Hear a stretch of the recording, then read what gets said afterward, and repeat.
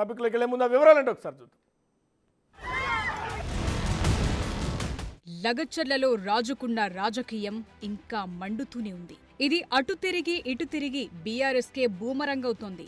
గిరిజనులను ఇబ్బంది పెట్టి industrial corridor కోసం భూములు లాక్కుంటున్నారని, దాడి ఘటనలోనూ గిరిజనులనే పెద్ద సంఖ్యలో అరెస్టులు చేశారన్న ప్రచారాన్ని గులాబీ నేతలు చేస్తున్నారు. సీన్ కట్ చేస్తే రిమాండ్ రిపోర్టులో పేర్కొన్న 46 మంది నిందితుల్లో ఎందరు ఎస్టీలున్నారో లెక్కలతో సహా ముందు పెడుతున్నారు.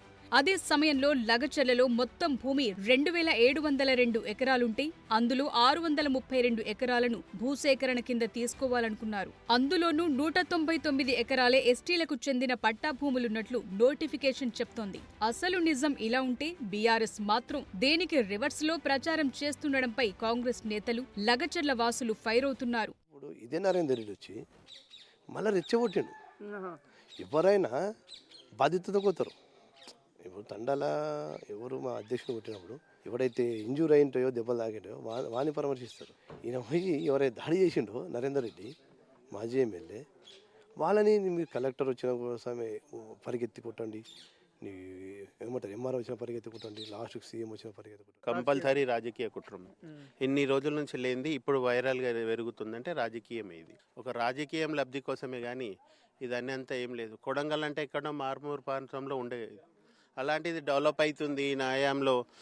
మరి సీఎం కాన్స్టిట్యున్సీ డెవలప్ కావద్దని గిట్ట మరి ఇవన్నీ జరుగుతున్నాయని మాకు లేని అనుమానాలు వస్తున్నాయి సార్. ఇప్పుడు గిరిజనులపై ప్రేమ ఒలకబోస్తున్నట్లు బీఆర్ఎస్ నటిస్తోందని, అయితే గత 10 ఏళ్లలో చేసిన అరాచకాలను హస్తం నేతలు గుర్తు చేస్తున్నారు. గతంలో గిరిజనులను వేధించటం, అరెస్టులు చేయటం, ఇప్పుడు అదే గిరిజనులను రెచ్చగొట్టి వారినే అడ్డం పెట్టుకుని అధికారులపై దాడికి ఉసిగొల్పటాన్ని ప్రశ్నిస్తున్నారు.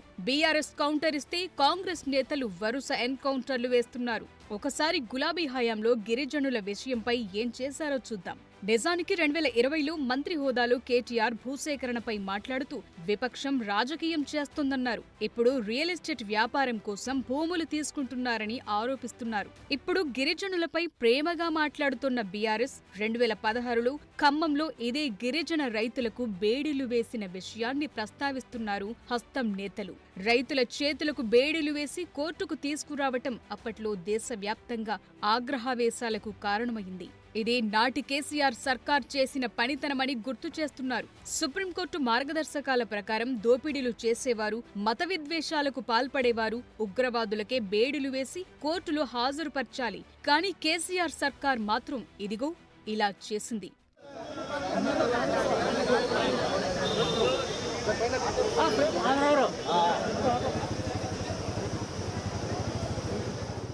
పోడు పట్టాల విషయంలో చంటి పిల్లలతో సహా బాలింతలను, గర్భిణులను, వృద్ధులను వదలకుండా అరెస్టులు చేసిన చరిత్ర బీఆర్ఎస్ది. ఖమ్మం జిల్లా కొణిజర్ల మండలం ఎల్లన్న సాగర్లో పోడు భూములను స్వాధీనం చేసుకునేందుకు అటవీ అధికారులు వెళ్లగా వాగ్వాదం జరిగింది.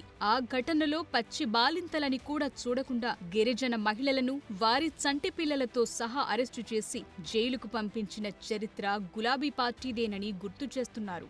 నాడు బాలింతలపైన కేసు పెట్టడంతో తీవ్ర విమర్శలు దీంతో హత్యాయత్నం కేసును విత్డ్రా చేసుకున్నారు. మరోవైపు ఉమ్మడి ఆదిలాబాద్ జిల్లాలో పోడు భూములకు సంబంధించి చాలా ఘటనలు జరిగాయి. పోడు సమస్యను కుర్చీ వేసుకుని పరిష్కరిస్తానని చెప్పిన కేసీఆర్ గిరిజనుల అరెస్టులతో ఎలా పరిస్థితి మార్చేశారో గుర్తు చేస్తున్నారు. పోడు భూముల ఇష్యూలో ఘర్షణలకు సంబంధించిన కేసులో ఇప్పటికీ గిరిజనులు కోర్టుల చుట్టూ తిరుగుతున్నారు. అటు అత్యధికంగా కొత్తగూడెం జిల్లాలో 2019 నుంచి 2021 మధ్య సుమారు 3000 మందిపై కేసులు పెట్టారు. ఎల్లెందు, గుండాల, చండ్రుగొండ, ముల్కలపల్లి, టేకులపల్లి, అశ్వారావుపేట తదితర మండలాల్లోని పోడు రైతులు కేసుల పాలై కోర్టుల చుట్టూ తిరుగుతున్న పరిస్థితి.